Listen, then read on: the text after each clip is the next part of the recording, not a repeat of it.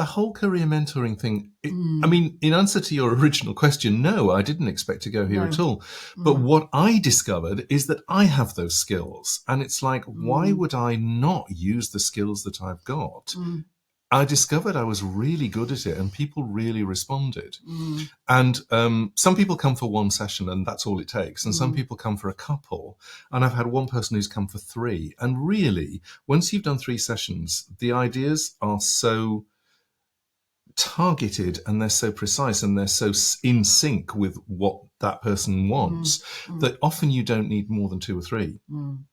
And, you know, it's like, I then maybe get another session in 6 months' time going, I have moved so much now, I just want to embed what we talked about and is there anything else that I can do? So I love doing those sessions and I love helping people move up and onwards. It's one of my favourite things to do.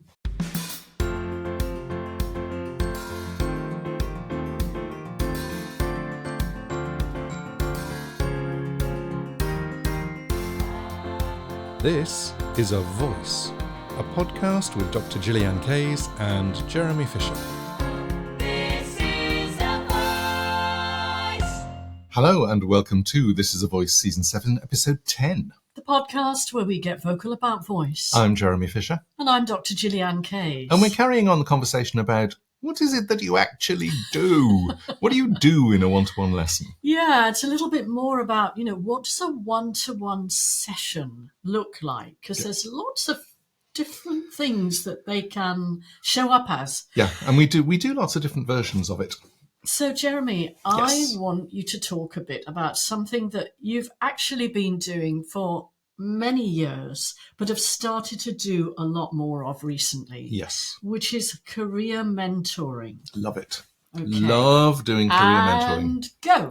Okay, career mentoring session, what happens? Well, the first thing is somebody comes to me and says, I need help with my career. It's not going where I want it to go. I'm not getting the income I want. I'm not getting the students that I want. I'm not doing what it is that I want. I'm not even sure what it is that I want, but I know that I need to do something. Great place to start. So the first thing I do is send them a little form that says, in fact, that form is now available on the website. So you can do the form even before you book the session. Oh, that's great. Which is great fun. Because, so you're getting them to think before they even book up. Yes. Yeah. And the form basically says, what do you do? Where are you? Who do you work with? Who would you like to work with? Who would you like to be working with in a year's time? So, Jeremy, these people who come to you for career mentoring, what we're talking about is they're people who are working in the vocal world. Vocal world, musical world, presentation world. Oh, so could it be an MD or a collaborative pianist or something like that? Absolutely. I did a coaching session over the phone a couple of years ago with a conductor who really wanted to basically upgrade not the conducting that she was doing, but the business she was doing. So that was fun. Anybody who is working in the music industry, but also I've actually done it with voiceover people as well. So people are working in the spoken voice industry too. So it's a really fascinating area for me. There's lots of different areas. Yep. And I'm going to pin you down and say, what is it about the way you coach that allows you, what's the thread? The first thing I do is listen. And sometimes that listening can be 20 minutes where the person just says, I'm here, I'm doing this, I'm not doing that, I don't want to do this, I want to do this is working, this isn't, I had this idea. Very interestingly, somebody did a session with me from America, and they said it just happened to drop into that 20-minute conversation at the beginning. I'd always wanted to do this, and I went, "Oh, that's really interesting." And it wasn't exactly a career change, but it was a real sideline within the music industry. And I said, "Let's just explore that a little further." And I had an email from her. I think it was 3 weeks later, going, "I've done it. I am so thrilled." So she just shifted her focus to something else, which I thought was really interesting. So yeah, I will listen, and it's a skill because while I'm listening, I am analysing. I'm doing the brain dump that we talked about in the last episode, analysing where it is, what the steps might be to get to that place, if it's an important place, how that might affect the whole career, how it might affect the income, how it might affect the person, how it might affect their self-worth. I mean, there's all sorts of things that do, because people can share ideas with me, and I go, that's very interesting, let's explore just for a couple of minutes. And as we explore, they go, actually, it's a lovely idea, but it won't work for me. But so often people need a sounding board. They need somebody to go, is this a sensible idea? Am I being completely ridiculous about this? So that's one of the things that I do, is I provide the sounding board, an active sounding board, if you like, because I will feed back to them. So, and you're presumably also helping them to raise awareness of where they are, because particularly if we get stuck, in a particular rut with our career, sometimes we can't even see what it is that we've got stuck in. Yes. And by having someone else as a sounding board, they can point that out. Yes. This is also about, and it's a very good question, do you just want to upgrade slightly what you do? Or do you want to take the next step up in your career ladder? And that's quite a different thing. It's actually quite a different conversation. Some people are absolutely ready to step up onto the next rung of the career ladder and will do whatever they need to do. Now, that might be immediately, it might be over a month, it might be over 6 months, it doesn't really matter. It's why I asked the year question, because a year is a very good period of time to really upgrade what you do and step up a lot. So some people don't want that. They just want to go, how can I just tweak what I do to make it more comfortable for me? That's fine too. And you love these sessions, don't you? I get so much out of them. It's a real happy place for you. It is, yeah. I love doing those. And is it somewhere that you expected to go?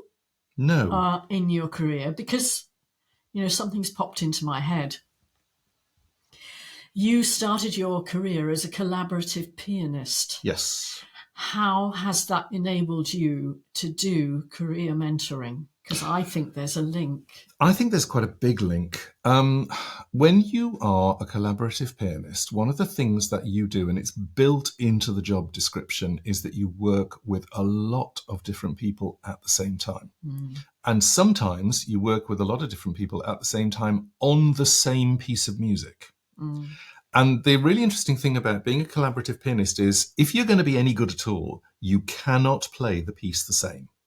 Because if you play your version of the piano part of that piece, then you are not going to fit with 3 or 4 different people who come into the room. And that's not collaboration. That's not collaboration at all, no. And I think it's really fascinating doing audition piano jobs, which I did for years in the West End. I was the go-to audition pianist for all sorts of things, mainly because I could sight read pretty much anything.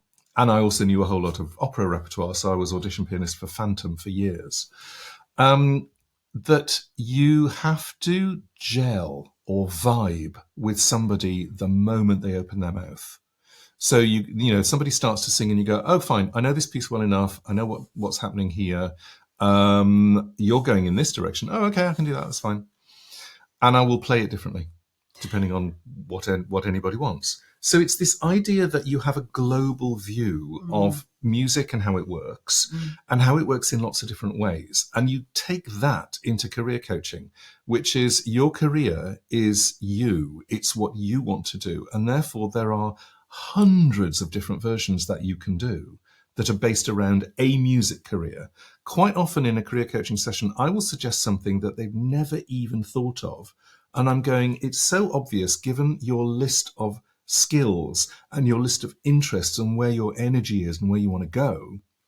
So obvious to me that you should just look into going in this direction, even as a sideline, because you are going to love it there. I want to tell a story. This will make you laugh. With you talking about how you listen to a singer and you pick up the vibe. Yes.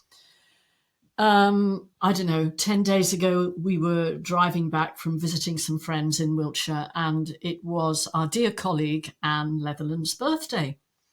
And we were in a car park having a cup of tea and a brownie. And I thought, well, let's ring Anne and surprise her. Let's WhatsApp her and sing happy birthday. Yes.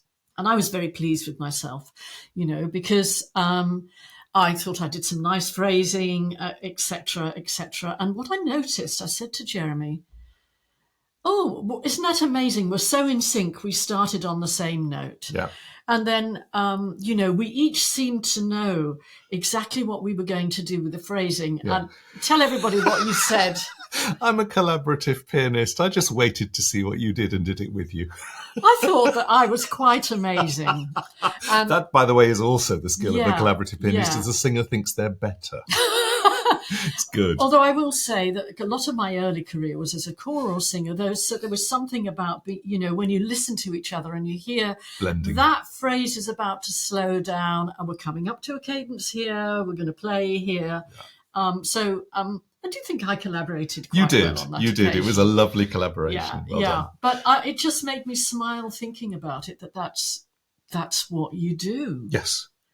I think, and the whole career mentoring thing, I mean, in answer to your original question, no, I didn't expect to go here at all. But what I discovered is that I have those skills. And it's like, why would I not use the skills that I've got?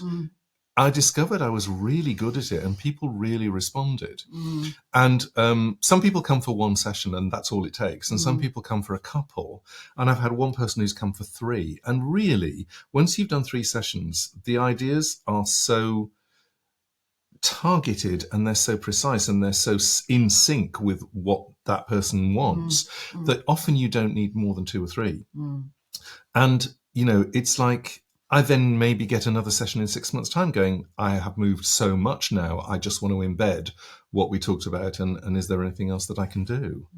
So I love doing those sessions and I love helping people move up and onwards. It's one of my favourite things to do. So if you are even vaguely interested in a mentoring session on career coaching, then fill the form in. I'll put the link in the description of the podcast. Fill the form in because actually even the act of filling the form in really helps you to see how am I doing with my career? Where am I? Is there something that I want to change? Is there something that I want to improve? Do I want to earn more money? Do I want to earn more money for doing less? That's a question that comes up a lot. And the answer is yes, you can. I have answers for that too. So, fill the form in. And even if you don't send it, it's a real eye-opener. Thank you for that, Jeremy. Okay. I know there's something that you do, Gillyanne, which is and some of your one-to-one sessions are on vocal habilitation. Yes, absolutely. Or perhaps more precisely, vocal post-rehabilitation. Yeah. This is a place that I came to quite early on in my career because you can't be working with multiple singers for years and years without coming across voice problems. And a voice problem is different from a skills issue, as we all know. Yeah. So we have different categories of voice problems or voice issues. I mean, and some of them obviously may require surgery, and some of them are more about changing the function, where we've got into, it's almost like having a repetitive strain injury in sports, where something is in imbalance and therefore needs adjusting. So muscle tension dysphonia is the sort of generic term for that. Can I be a little more specific on where you are, which is the difference between a technical issue and a voice problem? Okay, well, I mean, ask. you can correct me on this. It seems to me that a technical issue would be, well, I can't sing that high note. I can sing it in that song, but I can't sing it in that song. Or I'd really love to be able to get louder sometimes. A voice problem has a longer term than that. So a voice problem will go across a whole song. It's like there are certain things that I know I can't do that aren't to do with a phrase or they aren't to do with a word. They're to do with a whole song or a whole utterance. And critically, it's something that you used to be able to do okay. Good. So something has changed. Nice point, yes. And I think that's very important. So, over the years, I've worked with people sort of post-surgery on cysts, with polyps, helped people recover with, soft nodules, helped people deal with having had a long-term nodules situation where they've become more firm, and how do they get around that and go on and continue their career. I've done that too. That was a very interesting one. And then also helping people with muscle tension dysphonias unpicking, once there's a diagnosis, or even if the diagnosis from the clinicians isn't always totally clear, just looking at what it is that you can help the singer to change that behavior post their clinical therapy. So I'm not putting myself in the position of saying I am a clinician, because for me that's a boundary. But that doesn't mean I wouldn't be in dialogue with the speech and language therapist, or sometimes being in dialogue with the laryngologist if it's appropriate for me to have that information, and if the client says yes. I think we talked about that in episode 8, I think, of season 7, when we were talking about the boundary of a singing teacher or vocal coach, which is you do not diagnose. You may assist, you may give information to the clinician so that they can diagnose or re-diagnose, but you don't do the diagnosis yourself. You're not qualified. Yeah, and I've had people that, at all sorts of different levels of expertise. So, for instance, I've had choir singers. I've had a barbershop singer who was referred to me by the voice clinic, amateur singers really wanting their voice back, getting their life back. I remember one very precious moment with one singer who had been a choral singer and suddenly wasn't able to use their voice. When she felt she'd finished her session, she said, "Thank you for giving me my life back." It's very powerful. Yeah. But then also working with professional singers who've run into trouble, which, can happen to any of us at any stage. I've been quite open about the fact that in my late 20s, I had a voice problem. I got into the situation where I would get up in the morning and wonder what I was going to experience that day. And I, unfortunately, was put in the position of being told by singing teachers, "It's all in your head, dear." That obviously was a very long time ago. And, I said this to someone the other day, and I'm about to swear, everybody, so swear alert. Of course I'm having a psychological problem. My voice doesn't fucking work for me. So we do need to separate between those things. Well, this is the really interesting thing. If your voice doesn't work for you, that's the instigator. The psychological problem is not necessarily the instigator. I mean, of course, there are psychogenic problems which impact on our voice, and that, again, can happen to anyone. And you need someone who has trained in that area to do that kind of diagnosis. It's not your job to do that as a singing teacher. If you suspect there's something of that nature, then it's about referring on and perhaps flagging it in a kind, empathetic way for the singer concerned, because even saying that, I know what I felt, which is, blimey, it's not just my voice, it's me. Mm-hmm. It's the core of you that's gone wrong. Yeah, and that was very hard. So my happy place is they've had the operation, they've had their rehabilitation, and they come to me and I go, "Okay, now what are we going to do to help you get back on track? Where are we? How are we going to start changing pathways if we need to, or rebuilding a pathway that's got a little bit lost because of surgery, and putting it into practice in your work environment?" So be that whether you're a teacher, or whether you're a choral singer, whether you're a professional singer, whatever your genre. I mean, I've worked with people from pretty much any genre in these situations. And I just love doing it. So if that's you, and this is a little bit of a shout out for what I do, if that's you, I do have more spaces for this kind of work. It is targeted. You don't have to have lessons forever and ever. Neither of us believes in that anyway. No.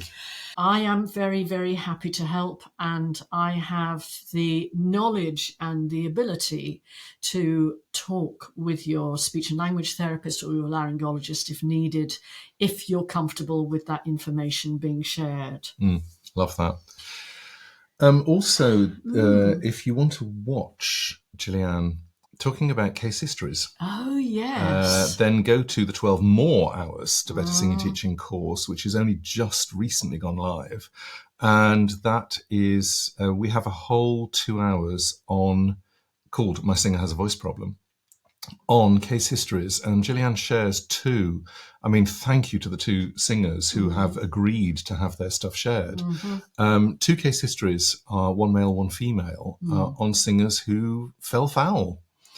They both had problems. So it's and one of them needed to have surgery in the end. That was the best decision for her. Yep.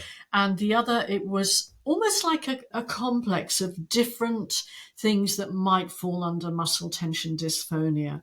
And they'd got into trouble because of that. And both of them doing super well now and singing so wonderfully. And in fact, the interesting thing is that I think both of them would say it was a kind of positive because they learned more about themselves and more about their voices. And as a result, they perhaps have become better singers. That is a tremendous outcome from something that is a massive challenge for a singer. Thing. Yeah.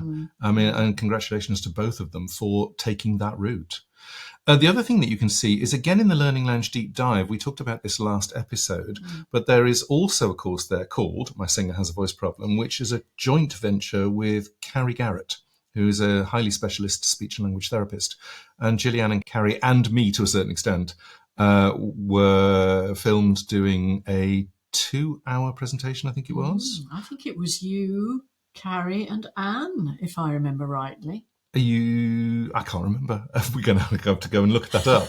It's all about what a voice clinic does, what the role of a voice clinic is, what the role of a speech therapist, a surgeon, a rehabilitation coach, a singing teacher. It's the whole role thing. And it will give you insights into scope of practice Yes. as a singing teacher, so that you know where your boundaries are. It gives you insight into the referral situation. Yep. And I think it also gives you insight into the cluster of things that can contribute to a singer having a voice problem. And so that it's not a one-stop shop, really. I think that's very important to know. I remember that being a really good course. And Carrie has great wisdom. Yes, Carrie is also a singer and a singing teacher, so she actually has knowledge in different areas. So it was a really, really fascinating course. And that's in the Learning Lounge Deep Dive. Again, it's a monthly payment, not that big. And it is 600 plus videos that you can watch for that month. You get access to everything. Right now, if you're looking for summer learning, yes, head there. Yes.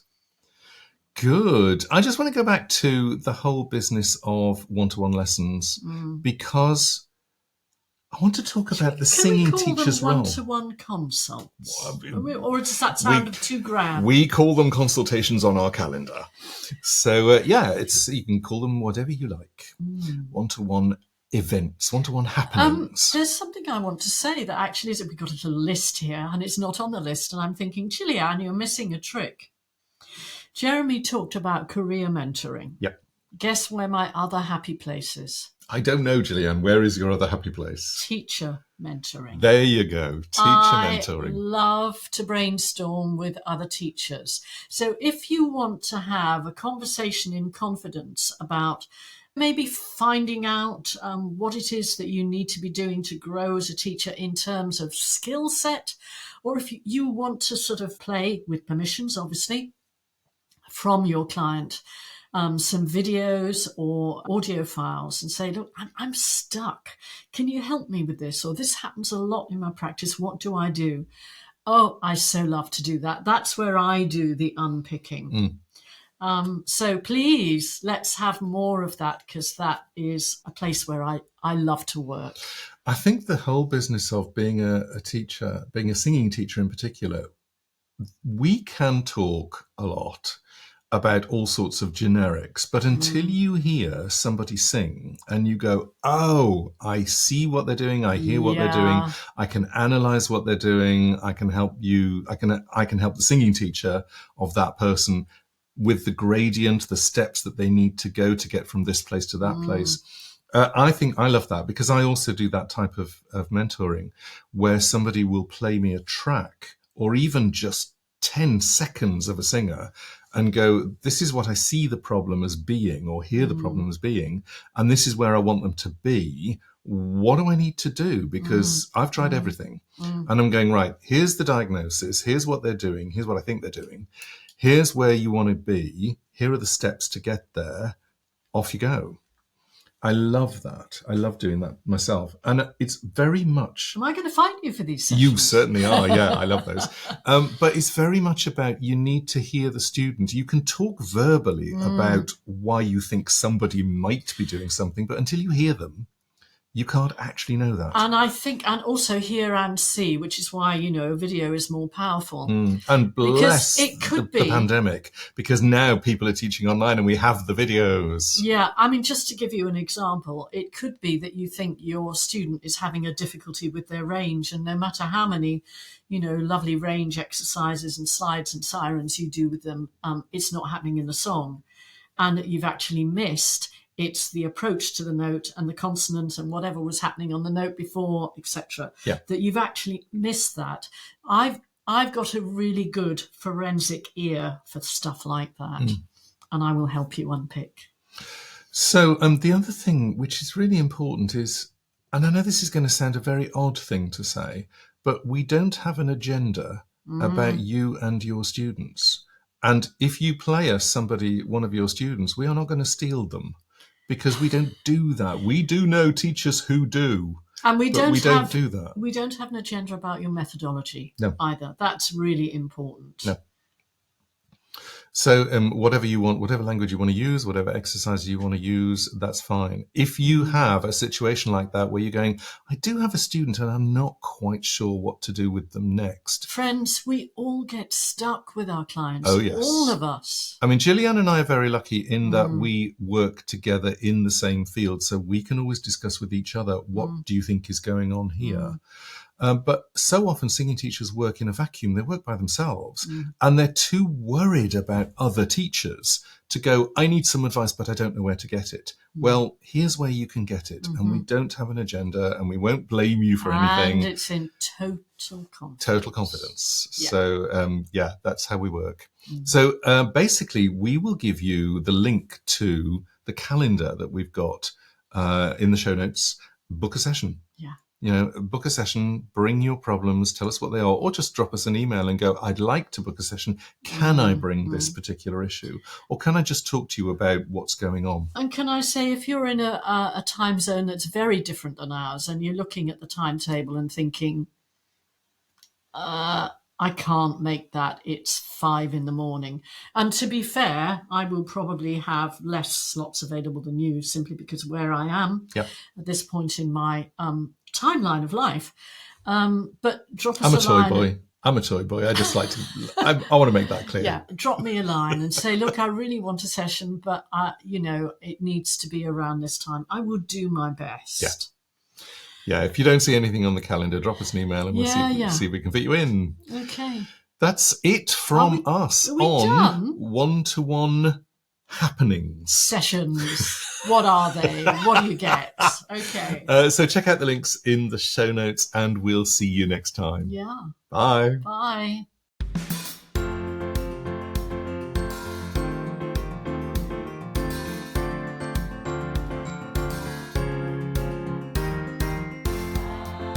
This is A Voice, a podcast with Dr. Gillyanne Kays and Jeremy Fisher.